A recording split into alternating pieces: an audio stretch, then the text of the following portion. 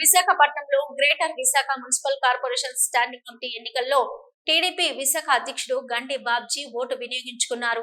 ఈ సందర్భంగా ఆయన మీడియాతో మాట్లాడుతూ క్యాంపు రాజకీయాల కోసం వైసీపీ మాట్లాడడం హాస్యాస్పదంగా ఉందని అన్నారు. అలాంటి దారుణ రాజకీయాలకు మాస్టర్ జగన్మోహన్ రెడ్డి అని జీవీఎంసీ స్థాయి సంఘం ఎన్నికల్లో 10కి 10 గెలుస్తామని అన్నారు. శాసన మండలి అభ్యర్థిగా నామినేషన్ వేయడానికి ఇంకా సమయం ఉంది కనుక అభ్యర్థి ప్రకటనకు సమయం ఉంది అని అన్నారు. రాష్ట్ర వ్యాప్తంగా ప్రజలు కూటమి వైపు ఉన్నారు. ఎన్నిక ఏదైనా ఫలితం కూటమికి అనుకూలంగా వస్తుందని అన్నారు. జగన్మోహన్ రెడ్డి గారు మనకేం కొత్తగా చెప్పక్కర్లే. క్యాంపులు అనేవి సరదాగా పెట్టుకునేది ఇప్పుడు కాదు. జిల్లా పరిషత్ ఎన్నికలు క్యాంప్ పెడతాం, మండల పరిషత్ ఎన్నికలు కూడా క్యాంప్ పెట్టుకుంటాం.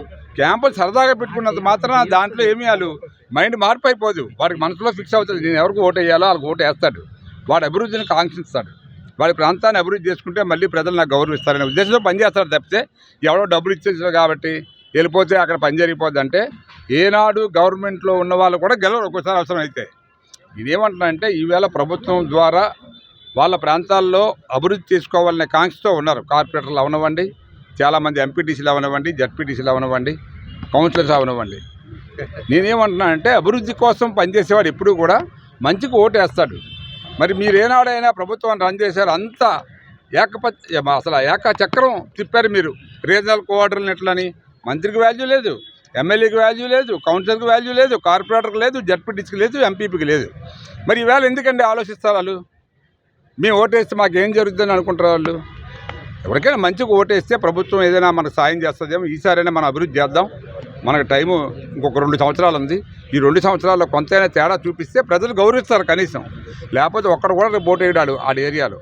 ఒక్కొక్కడు ఈవేళ జడ్పీటీసీ 40,000 ఓట్లకి రిప్రజెంటేటివ్, కార్పొరేటర్ 25,000కి 30,000, మరి అట్లా కౌన్సిలర్ 10,000 15,000, సర్పంచ్ కూడా ఒక్కొక్క గ్రామంలో 5,000 మంది ఉంటారు.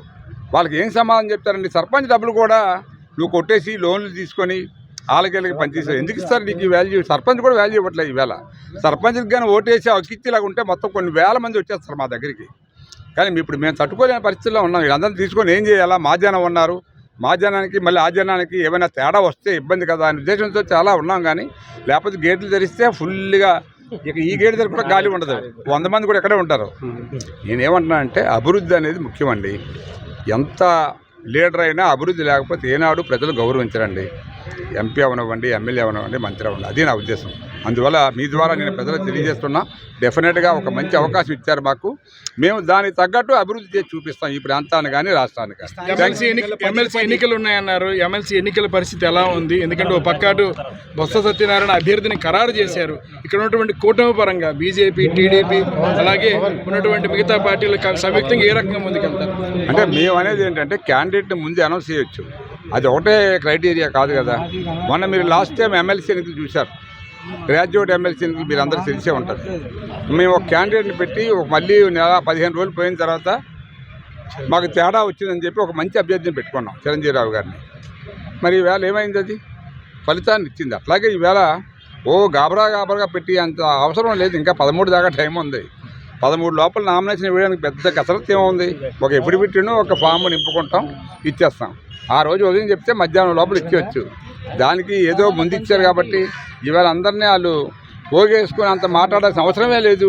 మంత్రులు, మాజీ మంత్రులు ఎవడెవడో తీసుకొచ్చి మీటింగ్లు పెట్టేంత అవసరం లేదు. నిజంగా వాళ్ళు వెళ్ళి జిల్లా అంతా కలిపి ఒక మీటింగ్ పెట్టుకొని నాడు మనకు ఓటింగ్ ఉంది, మీరు అందరూ ఓటు వేయని చెప్పగలిగే దమ్ము ఉన్నది వాళ్ళకి ఏమైనా చేస్తే కదా. ఇప్పుడు మీరు గోవా వెళ్తారా, బాంబే వెళ్తారా, మేము తీసుకెళ్తాం, మీకేమో పప్పలు పెడతాం అంటే ఇప్పుడు నమ్మేస్తారు ఎవడైనా? జనం కాదు వాళ్ళు లీడర్లు, వాళ్ళు నమ్మడానికి. అందువల్ల నేనేమంటున్నా అంటే లీడర్లకి ఒక సెల్ఫ్ రెస్పెక్ట్ ఉంటుంది, వాళ్ళకి ఒక సెల్ఫ్ డెసిషన్ ఉంటుంది. మేము ఎవరికి వేయాలి ఓటు, ఎలా చేయాలి, మా ప్రాంతాన్ని ఇప్పుడు అభివృద్ధి ఎలా చేసుకోవాలని ఆలోచనతో పనిచేస్తారు తప్పితే డెఫినెట్గా ఏదో మేము డబ్బులు ఇచ్చాం కాబట్టి డబ్బులు ₹1,00,000 ఇస్తారండి, 2 లక్షలు ఇస్తారండి, ఎంతమందికి ఎన్ని లక్షలు ఇచ్చేస్తారండి? అది చాలా తప్పు. అది డబ్బులు అనేది కాన్సెప్ట్ కాదు ఇక్కడ. ఊరికే మనం సరదాగా కూర్చొని 10 మందిని మాట్లాడుకోవడం వేరు. ఇప్పుడు మనం ఏదైనా పండగకి వెళ్తే ఏం చేస్తాం? 10 మంది కలిసి ఉంటే బాగుంటుందని చెప్పి 10 మంది కలిసి వెళ్తారు ఎక్కడికైనా. అట్లాగే ఇది కూడా మన క్యాంప్ అనేది కాదు, సరదాగా అందరం కూర్చొని మళ్ళీ ఎక్కడెక్కడి నుంచో తీసుకురావాలి అనేది. కానీ ముందు రోజు ఓదరు కూర్చోబెడతారు, సరదా మాట్లాడుకొని దానికి ఒక చిన్న కసరత్తు కూడా ఉంటుంది కదా, ఓట్లు ఎలాగ వేయాలి ఇవన్నీ కూడా బ్యాలెట్ చేసేస్తాం కదా. సార్ నేనేమంటున్నా అంటే మాట్లాడతాను, పార్టీ ఎవరిని పెడితే వాళ్ళకి పనిచేయడానికి సిద్ధంగా ఉండండి. నేను అవనివ్వండి, లేకపోతే ఇంకో కొత్త అభ్యర్థిని అవనివ్వండి, లేదా పిల్ల గోవింద్ అవనివ్వండి, లేకపోతే పివిజి కుమార్ అవనివ్వండి, ఎవరిని పెట్టినా మనం పార్టీ ఏం చెప్తే చేయడానికి మేము సిద్ధంగా ఉన్నాం తప్పితే మేము సొంత నిర్ణయాలు తీసుకొని ఈవేళ పనిచేసే పరిస్థితి లేదు. ఎన్నికల సమయంలో టీడీపీ సంబంధించినటువంటి కానీ కూటమి గెలుపుకి కృషి చేశారు, చాలా మంది త్యాగాలు చేశారు. వారందరినీ గుర్తించాలనేటువంటి ఆలోచన ఏదైనా పార్టీకి ఉంది.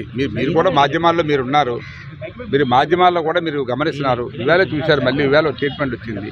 ఎవరైతే కష్టపడ్డారో అందరినీ కూడా జాగ్రత్తగా కసరత్తు చేసి అందరికీ సరైన గౌరవం ఇచ్చి సరైన పదవులు ఇవ్వాలన్న ఆలోచనతో ముఖ్యమంత్రి గారు ఈవేళ చెప్పారు. మీరు అంతకన్నా మీకు ఇంకా ఉదాహరణ ఏముందండి? డెఫినెట్గా వస్తాయి, అందరికి పనిచేసిన వాళ్ళందరికీ వస్తాయి. థ్యాంక్ యూ అమ్మా.